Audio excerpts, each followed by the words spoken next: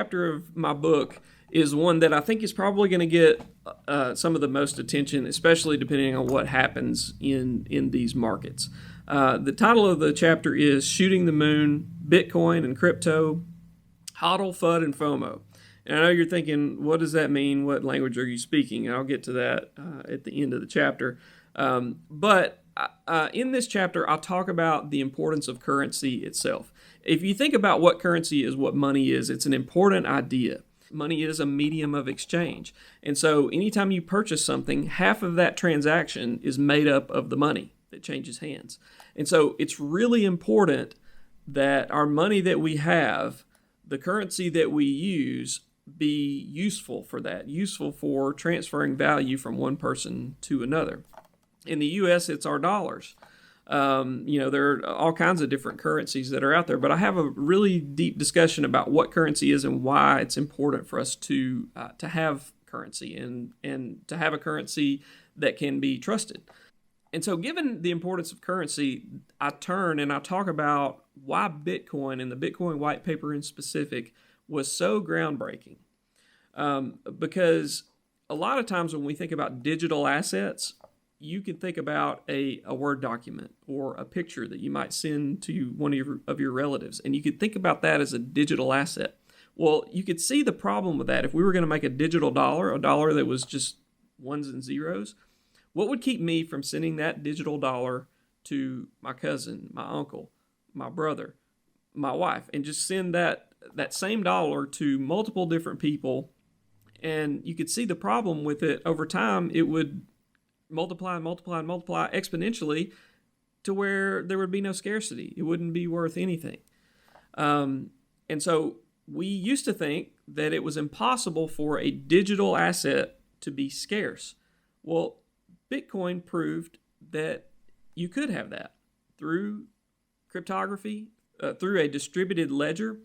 Because of those two things, the conflation of cryptography in a distributed ledger, we now can have scarce digital assets.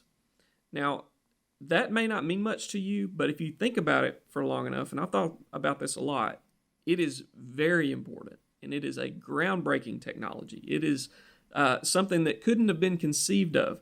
I mean, in fact, the first person to probably conceive of this, maybe that I know of, was Milton Friedman back in the 90s.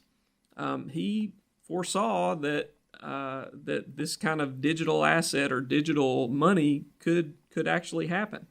I don't think he really understood cryptography and distributed ledgers and stuff like that, but he thought it was possible. And as far as I know, he's one of the first people that posited that this was a possibility. And so that's what Bitcoin did. Bitcoin showed the world that it's possible to have a digital asset and that it be scarce at the same time. And so that I can be sure if I send you one Bitcoin, you can be sure I don't have it. You can be sure that I didn't send that same Bitcoin to somebody else. And you can be sure that you have it and you have control over it because of, again, the way these technologies work together. And so that's the importance of Bitcoin. Now, I talk about the investment strategy on this, and I don't want to give too much away on this, and I don't want to say too much on it because I want to be really clear on this chapter because I think people could really easily take this the wrong way. I am not recommending that you go put a bunch of money in Bitcoin. That is not what I'm doing, okay? I think it's an incredible idea. I think the technology is fascinating, and the mechanics of how this thing works can totally revolutionize the way we think about money, and it should, and it has in a lot of ways.